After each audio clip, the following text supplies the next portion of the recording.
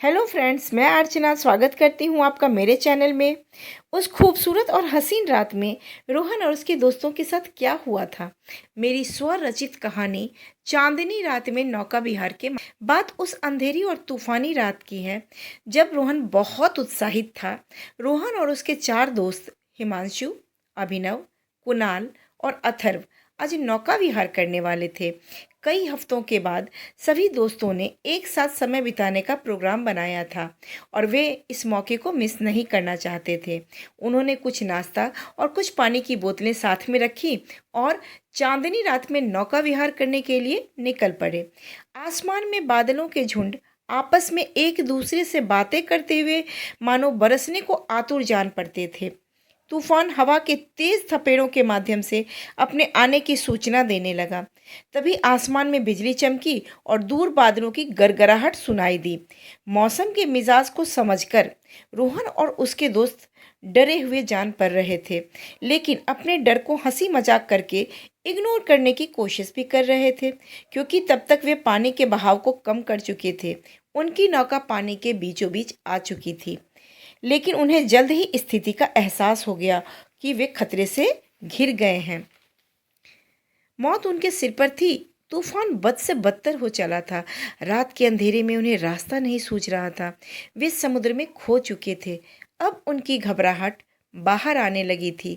वापस जाने की उम्मीद कम होने से स्वयं को बचाने की जद्दोजहद शुरू हो गई। रोहन अपनी घबराहट को शब्दों का रूप नहीं देना चाहता था। कहीं न कहीं साहस उन लोगों का साथ छोड़ता हुआ जान पड़ रहा था।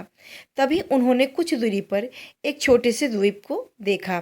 एक आशा की किरण उनके मन में जगी और उन्होंने नाव को द्वीप के करीब लाना शुरू कर दिया, इस उम्मीद में कि यह द्वीप इस तूफान में उन्हें आश्रय प्रदान करेगा।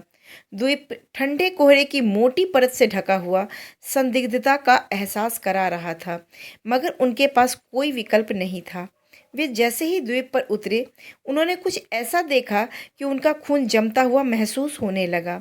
उस द्वीप पर घने कोहरे के बीच लंबी और टेढ़ी मेढ़ी आकृतियों वाले मानो उन्हीं का इंतजार कर रहे थे।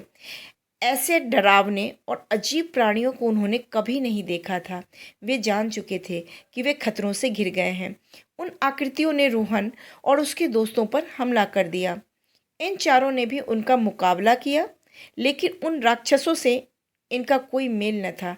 सिवाय रोहन के सारे दोस्त मारे गए। रोहन जान गया था कि वह जीत नहीं सकता है। उसने वहां से भागने की कोशिश की, लेकिन उसका पैर पत्थर से टकरा गया और वह गिर पड़ा।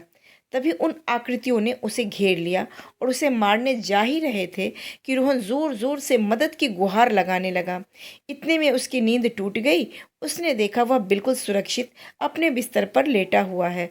यह सब एक दुस्वप्न था, लेकिन रोहन जानता था कि उस अंधेरे और तूफानी रात में महसूस होने वाले आतंक को वह कभी नहीं भूल पाएगा। उसने देर रात नौका विहार न करने की कसम खाई। आई होप आपने कहानी को एंजॉय किया होगा। अगर आपको मेरी कहानियाँ पसंद आती हैं तो प्लीज़ इसे लाइक, शेयर और मेरे चैनल को सब्सक्राइब ज़रूर करें।